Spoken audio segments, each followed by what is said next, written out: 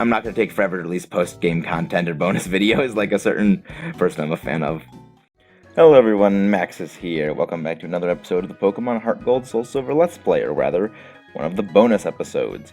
Sorry it's been a while, and sorry if there's a little bit of an echo. I've had to move to different accommodations for when it comes to recording. Yeah, as you can see, things are a lot less organized. It's like, there we go. Alright. So, as you can see, we have to be doing this on an emulator.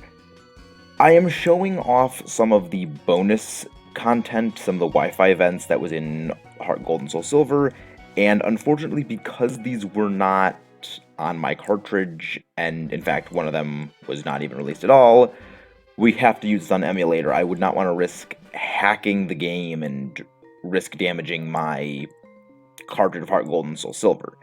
So, for the first one, we're going to want to get the RKS out of the Pokemon storage that was in event RKS, and we're going to want to head over to the Ruins of Alpha. I'd recommend you come here with one open slot in your party. Yeah, you can tell the audio is a bit weird in the thing in the corner. This is an emulator, and the Gen 4 emulator is very garbage. I'm not a fan of emulators, but I only use them when absolutely necessary. Ouch! Are you okay? I was in a hurry and... Sorry, did I hurt you? No way! Could it be a Pokemon from Sinnoh? Yes, of course it is a Pokemon from Sinnoh, but also a Pokemon from somewhere else too. The one they call RKS? Yes, it is actually RKS, not Arceus, Arcus, whatever other weird derivatives of that you may imply from. It is RKS. Oh, he just paces back and forth.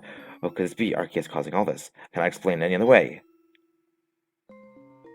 Arceus may be the key to solving the mystery of the unknown and the Ruins of Alph. Can you go leave the Ruins of Alph? Please, you must. Sort of leave a request, more of just a demand in general, but okay, sure, I think we can arrange that. I still love this music, no matter how it is. It's so eerie, I just love it.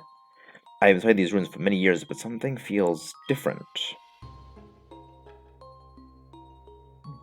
Wow, the unknown picture on the wall feels like they're staring at me. That's just how eyes are natively. That's creepy. What is this? There's something eerie that's making my legs shiver. I can't stop them.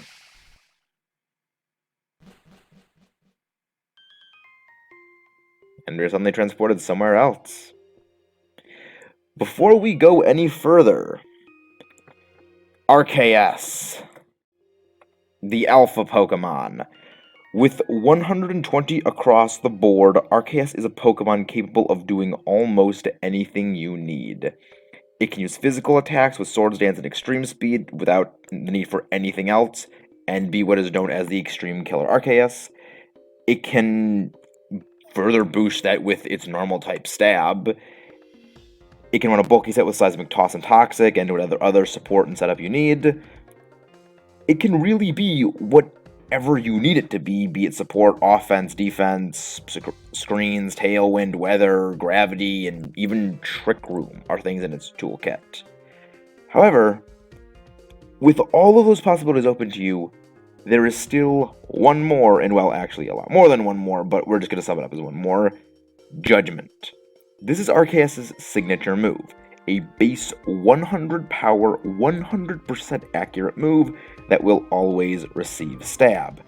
This is because of its ability multi-type. RKS's type will change according to whatever its held item is, in particular, the type plates.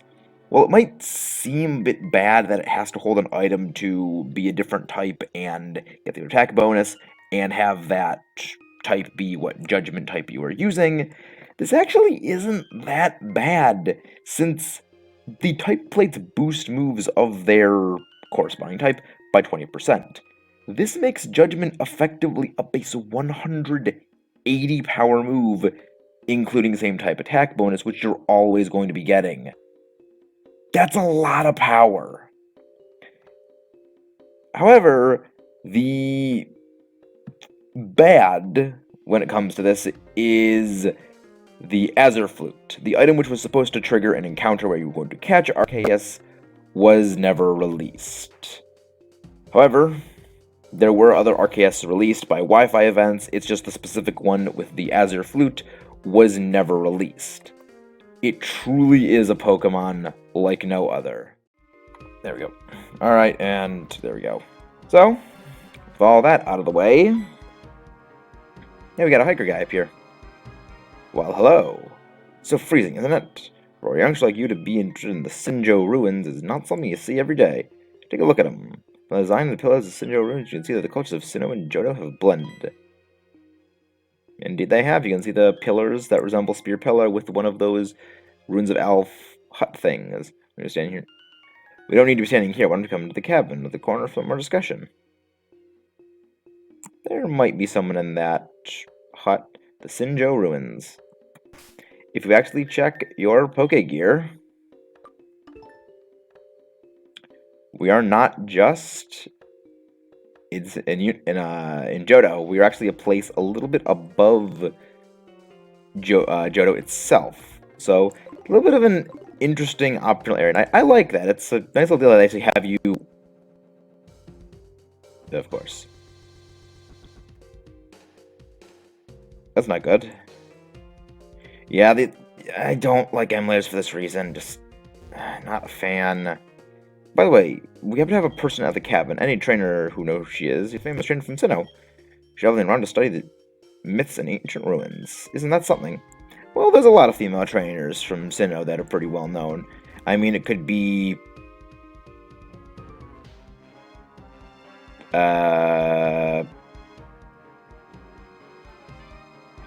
yeah, I'm just gonna shut up, bro. We all know who it is. We all know it's Cynthia, the greatest champion ever. A long time ago, people used to draw life from Pokemon and also give their lives to those Pokemon. They showed that people in Pokemon used to bond more closely with each other. When people move from place to place, the myths and legend of Pokemon and their power would be carried with those people. This is how myths and legends from each region are blended to each other. The ruins here have inherited legends from both the ruins of Elf in Johto and the Spear Pillar from Sinnoh. This is proof the people of Johto and Sinnoh have blended together as a group. Yeah, we don't really care. We care about what she has to say. My name is Cynthia. I'm a Pokemon trainer. The Sinjo ruins remind me of Sinnoh. I wouldn't guess why. Yes, Cynthia, we like you all, but you don't need to restate things we've already heard like 3 times. Where I'm from, initially I thought it was because it snowed here a lot as well. I mean, it doesn't really even snow a lot in Sinnoh as well. There's only the top of Mount Coronet and Snow Point City. I mean, it's not really a lot of snow. Well, I mean, I guess in Platinum you did have Twin Leaf Town had a bit of snow, and I think Route 1 also had a bit of snow, and Sinnoh, maybe it's not as far-fetched, I think. A long time ago, people came from Sinnoh to live here. They must have built the temple here while longing for home. That's why they call it the Sinjo Ruins. Yes, we know, Sinnoh. You are a Pokemon trainer.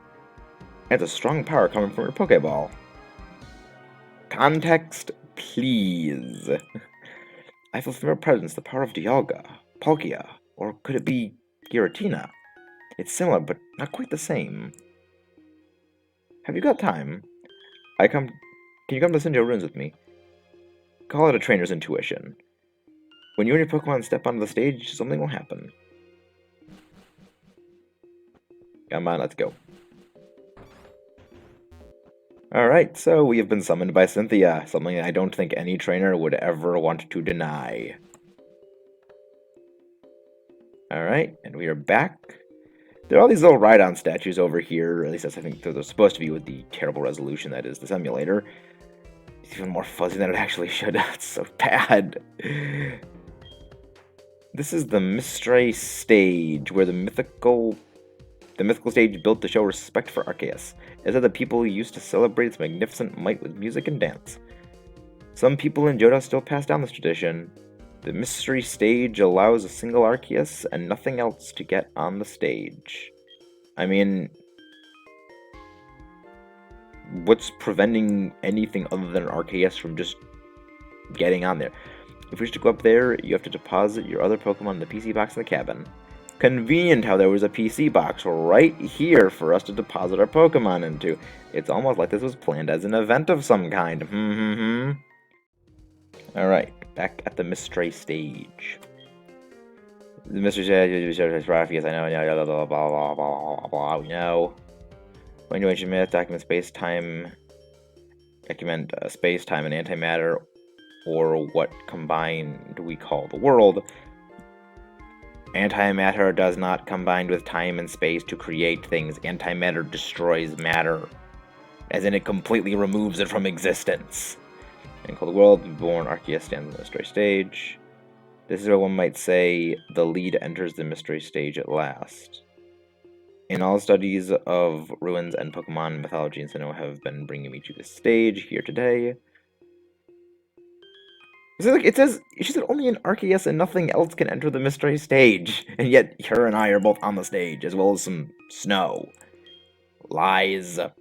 Shift the world, circle in the middle is Arceus, the original doll. This is the pattern that represents Palkia, the master of space and dimensions. This pattern represents Dialga, guardian of time. Why does Palkia have 2 titles and Dialga only has 1? This is the pattern that represents Giratina, ruler of the world that is opposite side of ours, a world of antimatter. It is not antimatter. It would literally blow itself up if it was antimatter.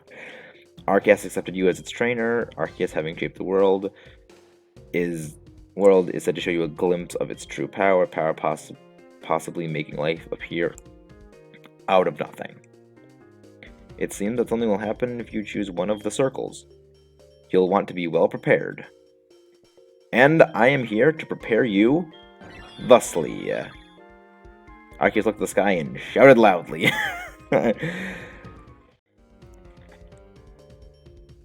For picking the temporal Pokemon, you will be rewarded with, bar none, one of the best walls there is in Pokemon. Finally, a legendary Pokemon that can actually use pressure and use it well. With 100 HP, special defense, and 120 physical defense, Dialga is a stalwart wall. I can't speak. Paired with its fantastic Steel and Dragon type combination, giving it 2 weaknesses with numerous resistances, Dialga is more than just a wall in its own right. It actually has offensive capabilities, unlike a lot of other walls. With a base 120 physical attack, that is its lowest offensive stat. Its special attack is 150. This lets Dialga rip through just about anything put in front of it.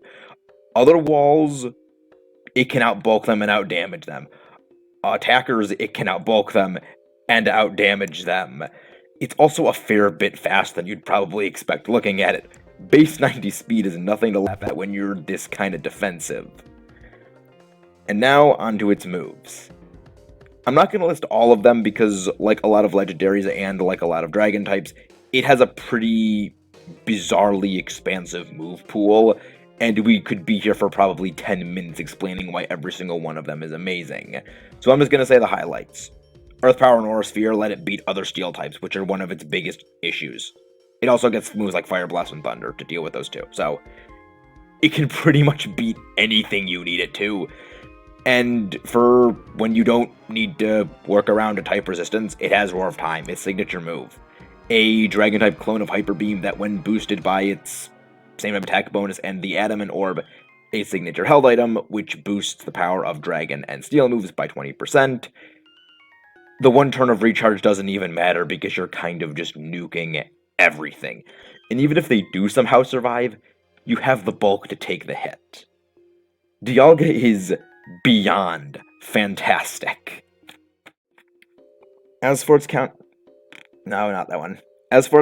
the spatial Pokemon Palkia. In my opinion, it's not as strong as Dialga, both in terms of defense and stat distribution, because there's a lot of things that can kind of outspeed it at base 100, whereas Dialga is faster than a lot of walls that are not quite that fast.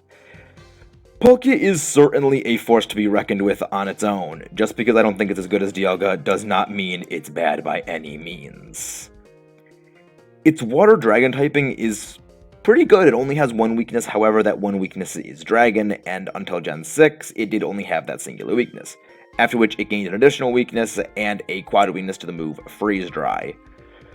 Though it doesn't have as many resistances, their stats are actually not that different. It only switches the 10 points of HP for 10 more points of speed, and it loses 20 points in physical defense for 20 points in special defense. Which, considering what Palkia's weaknesses and resistances are, those actually do make quite a bit of sense. There are more special moves that would damage it neutrally than there are special moves that would damage Dialga neutrally, whereas more physical moves would tend to damage Dialga neutrally. So it does make sense in a strange way, and I'm just rambling at this point. However, Palkia is respectably bulky in its own right. It doesn't have the same sheer resistance as Dialga does, but it does still have those great stats. Like Dialga, it has 120 and 150 in physical and special attack respectively, so it can hit just as hard, if not even harder than Dialga. This is because of its signature move, Spatial Rend. This is a 100 base power, 95% accurate special dragon type move that carries an increased critical hit ratio.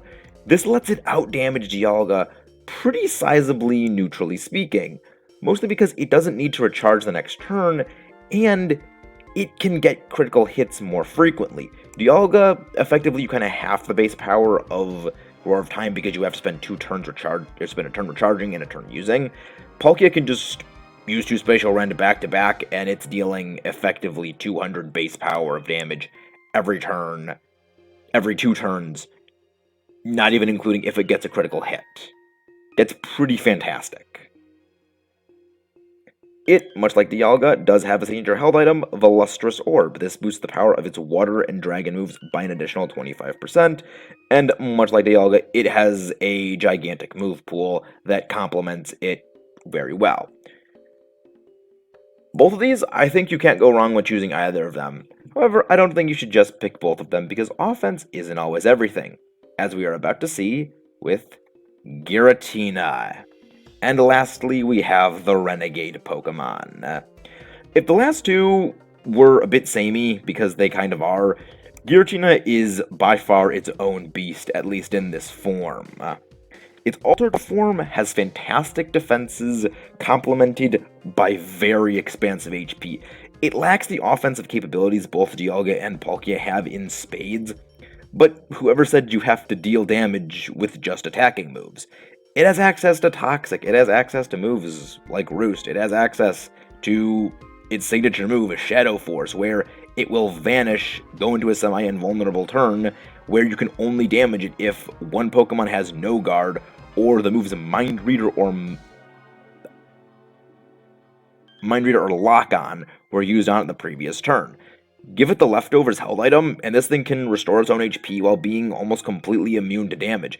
Status damage from moves from things such as Toxic or Burn and Weather will still damage it, but otherwise you're pretty safe from damage, and you can Toxic them yourself and just hide behind things like Protect and Shadow Force, let the damage accumulate. Because it's also a pretty bulky Pokemon naturally, if it takes a couple of stray hits, it doesn't really matter.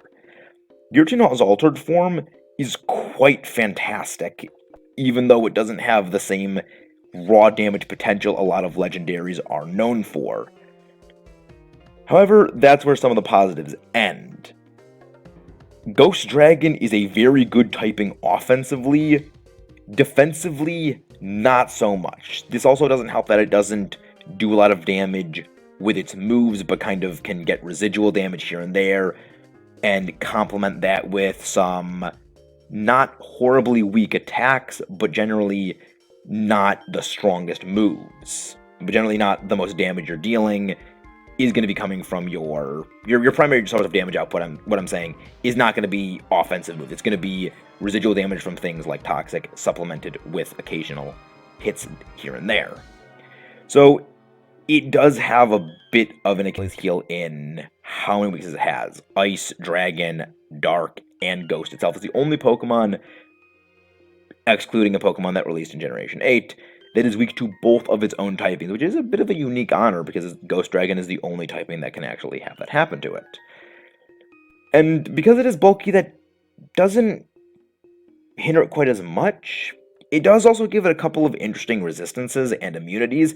It has the most immunities of anything in the Sinnoh Creation Trio. It is immune to both fighting and normal moves, and as you'll see later, it gets an additional immunity in another form. In its own right, Giratina is a powerhouse, especially with Shadow Force. As I mentioned beforehand, it does give it a semi-invulnerable turn where it can sort of stay safe, but it also has the effect of lifting moves like Protect and Detect. It also goes through those moves. So if someone wants to use Protect to, oh, I know you're using Shadow Force, I'm going to use Protect and be immune from damage and make you waste your turn, it goes through Protect and Detect and lifts them. In later generations, this move has only gotten stronger. Moves like Spiky Shield, Wide Guard, Quick Guard, and King's Shield, two of those which don't even interact with Shadow Force to begin with, are also completely removed by this move. So in doubles, it's actually pretty spectacular for just protection removal. It's like a stronger feint, but you don't predict with it. It also is physical, in contrast to the other two moves, which are both special. 120 base power Ghost move that is physical. It's not a bad move. In fact, it's a move I actually really liked a lot when I was a lot younger, and even today I still like it. However, that is not Giratina's only bag of tricks. If you give it to the Grizius Orb, it gains its origin form, or rather its true form when it is in the Distortion world. The Grizius Orb is the only way it can attain this form outside of its natural home, the Distortion world. This form is also much more offensively focused. Well, not much more offensive focused, it is slightly more offensively focused. It has an additional 20 points in both offenses, but loses 20 points in both defenses, while keeping its very respectable HP. This lets Giratina also bulk hits better, but deal out a bit more damage, so it can use Shadow Force a bit more offensively. It cannot hold leftovers, which is a bit of a problem. It can't hold leftovers an item, or really anything else, but the Grizius Orb does boost the power of its Ghost and Dragon moves by 20%, as you might be expecting. It, much like Dialga and Palkia, has access to a very wide move pool of offensive moves. However, Palkia and Dialga cannot touch Giratina in terms of its utility. It is a Pokemon that does get access to Tailwind, which, especially in certain formats, is quite good, especially because it is bulky, it can reliably set it up. It does also a lot more damage in this form, as you're primarily going to be using it for offensive purposes. In my opinion, I do prefer the Origin form because it does have that extra bit of attack, and it does gain the boost from the Grizius Orb. The Grizius Orb also cannot be knocked off of it. Moves that interact with items cannot affect items that are related to type changing. So, in the current generations, you can't hit Giratina with knockoff and have it revert to altered form mid-battle and lose the boost. That is stuck on there, and that is actually a pretty frightening item. Defog is also a fantastic move it gets. This can let it remove entry hazards and also drop opponent's evasion. So if you have an inaccurate move that you really want to use on it, that is pretty powerful. You can drop their evasion and more reliably hit it. It also can help clear entry hazards for other members of your team. A lot of Defog users tend to be flying types, which means they're weak to things like Stealth Rocks. Giratina is, of course, not a flying type, so it can use Defog pretty well. That was a bit of an all-over-the-place way of handling those bios, and that's mostly because I do not like this new setup I have to be using, because my monitor that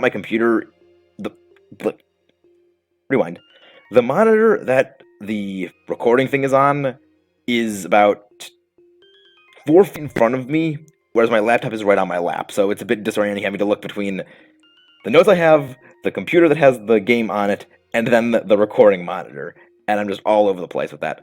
But now that we have all of that done, we may continue with this thing, and okay, I gotta click the stupid thing again, right? I am not gonna use this. There. And, of course, which one am I gonna go with? Well, I am a bit partial to Platinum. Ruler of the Distortion World, Giratina. I may love Dialga, and Dialga was actually one of the first, Dialga was the first legendary Pokemon I ever got. I'm just going to let you guys hear this amazing song. This is one that, even to this day, kind of haunts me in a good way.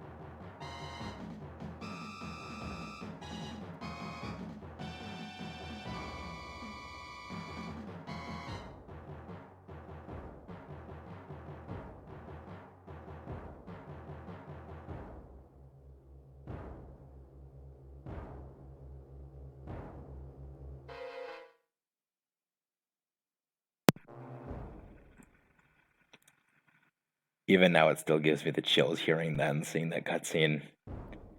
That's something you never get used to. I mean that in a very good way. That is probably one of my favorite little cutscenes in any of the Pokemon games.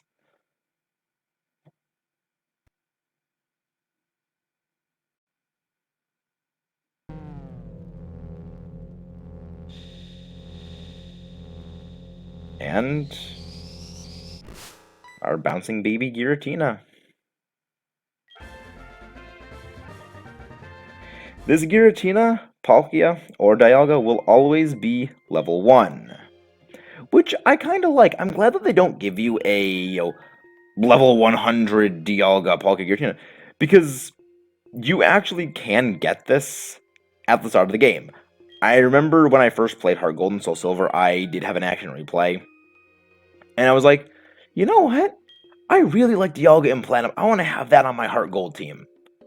So I traded in the hacked RKS from my Diamond version, which unfortunately is actually kind of destroyed now. And yeah, I'll talk about it later. This planet in itself is an egg in a sense. Life comes from an egg that will come to an end in due course to begin anew. That may be what Arceus wanted to show us. We seem to be surrounded by that strong power again.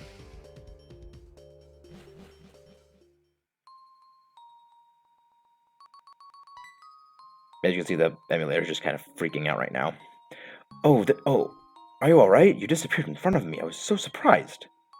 I see. The power of Arceus and Unknown affected each other to create a huge energy which sent you to the Sinjo ruins? Unknown, the ruins of Alpha and Arceus. The mystery deepens. This is maybe even more inquisitive. One day I'll solve all the mysteries. Good on you for trying to solve those mysteries. I know there's a lot of people going, when Mom stopped calling me, I know I was in an alternate dimension with the god of all Pokemon, but don't worry about me. Yeah, that's always just stuck with me, that whole little cutscene with Arceus and talking to Cynthia, because I did play this game after I played Diamond, and on my first playthrough I did trade in one of those Arceus I had on my Diamond version to have a Dialga on my team in HeartGold or SoulSilver, I forget which one it was. And I don't completely like the fact that I did that, because I kind of think it kind of ruined my first playthrough, because it made the Claire fight a complete joke, because I had Dialga at that point, and I didn't...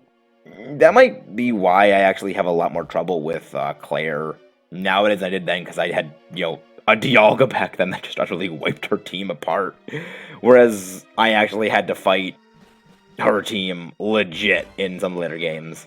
So it is something I do like, it's also something I don't like, but it is something that has just always stuck with me. And I do like that particular scene. I will meet you guys down in Azalea Town, where we have something else to go do.